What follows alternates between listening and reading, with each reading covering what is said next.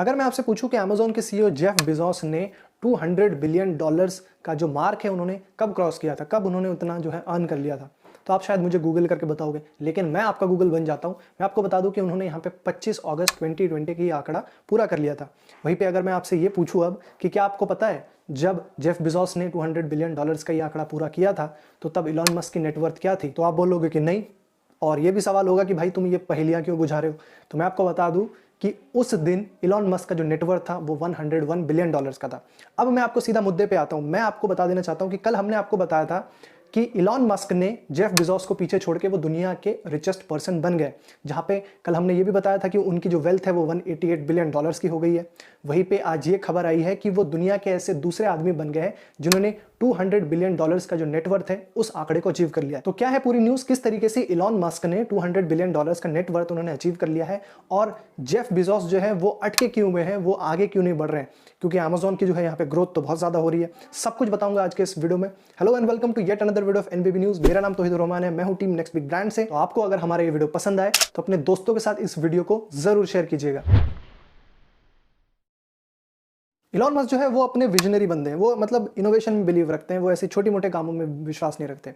Innovation के तौर पे भाई ऐसे इलेक्ट्रिक कार बना दी कि भाई यहाँ पे ग्लोबल वार्मिंग हो रही है तो उन्होंने इलेक्ट्रिक कार बना दी। फिर उन्होंने सोचा कि आने वाले टाइम में लोग जो है धरती को इतना बर्बाद कर ही रहे हैं, तो उनको पता है कि आने वाले टाइम में शायद धरती में रहना मुश्किल हो जाएगा, तो वो सोच रहे हैं कि अब मार्स में जाके वहाँ पे सेटल हो जाए।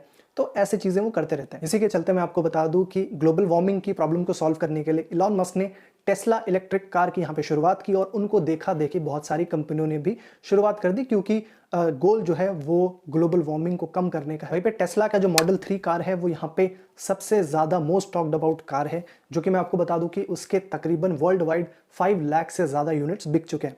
वहीं पे बहुत दिनों से ये भी चर्चा चल रही थी कि भाई इंडिया में टेस्ला कब आएगी कब आएगी। तो मैं आपको बता दूं कि गुड न्यूज़ यहाँ पे ये भी आई है कि 2021 के फर्स्ट क्वार्टर में ही आपको यहाँ पे टेस्ला जो है इंडिया रोड्स में देखने को मिल जाएंगे, क्योंकि इसकी खुद जानकारी नितिन गडकरी सर ने दी है। तो ये सब तो ठीक है कि वो इनोवेशन कर रहे हैं, नई नई प्रोडक्ट्स यहाँ पे लेके आ रहे हैं मार्केट में, जिसके वजह से उनको बेनिफिट मिल रहा है।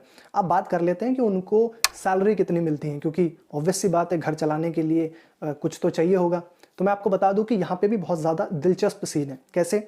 2008 में उन्होंने एक बड़ा ही कंट्रोवर्शियल डिसीजन साल उन्होंने उठाया, जहाँ पे उन्होंने बोला कि वो कोई भी सैलरी पे चेक नहीं लेंगे या कोई भी कंपनी की तरफ से बोनस नहीं लेंगे। उन्होंने यहाँ पे ये डिसाइड किया कि वो परफॉर्मेंस बेस्ड प्लान के ऊपर वो चलेंगे। कहने का मतलब यहाँ पे ये है कि टेस्ला की जितनी ग्रोथ होगी, टेस्ला के स्टॉक के जितने बढ़ेंगे, उसमें जितने बढ़ोतरी होगी, उसके हिसाब से यहाँ पे इलॉन मस्क को सैलरी मिलेगी।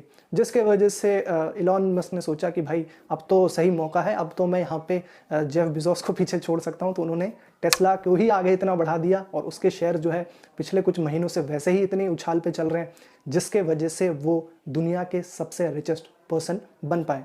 लेकिन मैं आपको बता दूं कि जब उन्होंने इस डिसीजन को लिया था, तब जैसे इंडिया में चाय और राय फ्री में मिलती है, वहाँ पे भी राय देने वालों ने ये बोला कि ये जो है सही डिसीजन इलॉन मस्क ने नहीं लिया है, उनको एक फिक्स्ड सैलरी पैकेज यहाँ पे लेना चाहिए था। लेकिन इलॉन मस्क ने उन सब लोगों की बोलती बंद करवा के उन्होंने यहाँ पे कुछ ऐसा करके दिखाया, जिसके वजह से आज के टाइम पे जो वो एक्सपर्ट्स हैं वो ये कह रहे हैं कि ये एक मास्टर स्ट्रोक था। इसके अलावा जो टेस्ला की ग्रोथ हुई है ओवर द टाइम, जिससे वो आज के टाइम पे ऑटो इंडस्ट्री में लीडर माना जाता है इलेक्ट्रिक व्हीकल्स के सेगमेंट में। वहीं पे टेस्ला जो है आज के टाइम पे मोस्ट वैल्यूड ऑटो कंपनी भी बन गई है। इसके साथ ही दुनिया की जो टॉप 9 ऑटोमोबाइल कंपनीज हैं उनको अगर मिला दिया जाए तो उससे भी ज़्यादा यहाँ पे टेस्ला का मार्केट कैप माना जाता है। अब क्योंकि इलॉन मस्क एक विजनरी पर्सन है, तो उनका सिर्फ ये नहीं है कि अब वो दुनिया के रिचेस्ट आदमी बन गए हैं, इतना पैसा आ गया है तो घमंड होगा। जी नहीं, बिल्कुल घमंड नहीं है। वो ऑलरेडी उनके कुछ प्लान्स पाइपलाइन में है, जहाँ पे मैं बता दूं कि उनका ये कहना है कि वो जो भी अपना वेल्थ है वो 2 उनके एम्बिशियस प्रोजेक्ट्स हैं जिसमें वो यूज़ करने वाले। पहला तो ये है कि वो धरती को एक बेटर प्लेस बनाना चाहते हैं, जिसके वजह से रिन्यूएबल एनर्जी और क्लीन एनर्जी के ऊपर काम कर ही रहे हैं। उसका एक एग्जांपल टेस्ला इलेक्ट्रिक कार्स है। इसके साथ ही उनका जो दूसरा मिशन है वो है मार्स में जाके कॉलोनीज बनाना। कहने का मतलब ये कि उनका ये कहना है कि आने वाले टाइम में ऐसा हो सकता है कि भाई वर्ल्ड वॉर 3 हो जाए या फिर कुछ और बात हो जाए, ग्लोबल वार्मिंग इतनी बढ़ जाए कि अर्थ में रहना जो है एकदम मुश्किल हो जाए, जिसके वजह से उनका ये प्लान है कि भाई वो जो मार्स में जो कॉलोनीज बनाएंगे तो आने वाले टाइम में अगर कुछ ऐसा होता भी है तो यहाँ के लोग मार्स में जाके रह सकते हैं। वहीं पे मैं आपको बता दूं कि इलॉन मस्क टेस्ला में 20% शेयर्स होल्ड करते हैं। इसके साथ ही जो उनकी स्पेसएक्स है उसमें वो 48% के शेयर होल्डर है। इसके अलावा एक्सपर्ट्स का ये भी कहना है कि आने वाले टाइम में ऐसा नहीं है कि इलॉन मस्क कुछ वक्त के लिए सिर्फ ऊपर गए हैं, वहाँ पे रहने वाले, ऐसा बोला जा रहा है कि यूएस गवर्नमेंट जो है वो इलॉन मस्क के जो भी क्लीन एनर्जी का जो उनका मिशन है उसके ऊपर बिलीव करती है, और ऐसा बोला जा रहा है कि यूएस गवर्नमेंट जो है उनके इस इनिशिएटिव को सपोर्ट भी कर रही है, जिसके वजह से आने वाले टाइम में इलॉन मस्क की जो वेल्थ है और भी ज़्यादा ग्रोथ उसमें देखने को मिल सकती है। जेफ बेजोस जो 2017 से टॉप पे बने हुए थे, दुनिया के सबसे रिचेस्ट पर्सन थे, वो ऐसा नहीं है कि अचानक से नीचे आए या फिर इलॉन मस्क एकदम से ऊपर चले गए। उनकी जो वेल्थ है उसमें ग्रेजुअली डिक्रीज हो रहा है, जिसके वजह से इलॉन मस्क ऊपर गए हैं, वो नीचे भी आ गए। क्योंकि बोला जा रहा है कि इस लॉकडाउन के चलते ऑल्दो अमेजॉन की जो शेयर वैल्यू है वो बढ़ी है, लेकिन जो जेफ बेजोस की ग्रोथ है, उनकी जो वेल्थ की स्टोरी है, वो कुछ और ही बोल रही है। जहाँ पे कुछ रिपोर्ट्स ये निकल के आ रही है कि अमेजॉन और जो अमेजॉन के एम्प्लॉयज़ हैं उनके बीच में यहाँ पे कुछ टेंस रिलेशन चल रहा है काम वगैरह को लेके। क्या, मैं आपको बताता हूँ।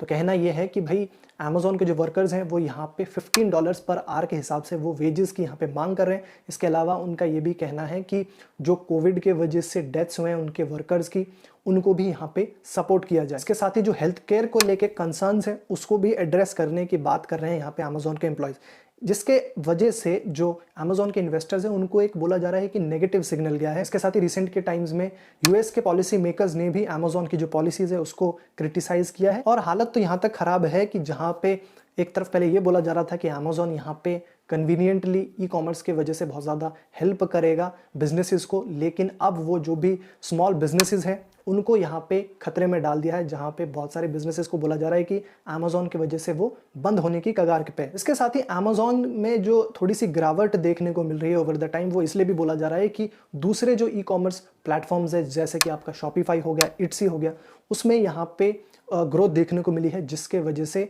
यहाँ पे अमेजॉन जो है वो थोड़ा सा अभी नीचे चल रहा है। यहाँ पे मैं आपको बता दूं कि अमेजॉन का जो ग्रोसरी बिजनेस है, जिस पे बोला जा रहा था कि ये नेक्स्ट बिग थिंग होने वाला है, बहुत बड़ा मार्केट शेयर कैप्चर करेगा, उसने भी उस हिसाब से अभी परफॉर्म नहीं किया है। बाकी दोस्तों आप लोग ज़रा हमें कमेंट्स में बताओ आपके क्या थॉट्स है इस चीज़ को पूरा लेके। आपको लगता है कि अमेजॉन के जेफ बेजोस वो आने वाले टाइम में वापस से कमबैक करेंगे, वापस से टॉप पे आएंगे, या फिर यहाँ पे जो इलॉन मस्क है वो बहुत लंबे समय तक अब टॉप पे बने रहेंगे। बाकी मुझे उम्मीद है कि वीडियो आपको पसंद आया होगा, तो इस वीडियो को लाइक ज़रूर कीजिएगा, लाइक बिल्कुल करना मत भूलिएगा, अपने दोस्तों के साथ शेयर भी कीजिएगा, और आपका और हमारा ऐसे ही साथ बना रहे इसके लिए आपको ज़्यादा कुछ नहीं करना है, बस हमारे चैनल को सब्सक्राइब करके घंटे को ज़रूर दबा देना है, ताकि अगली बार जब भी आपके लिए ऐसे एक नई वीडियो लेके आऊँ उसका नोटिफिकेशन आपको सबसे पहले मिल जाए।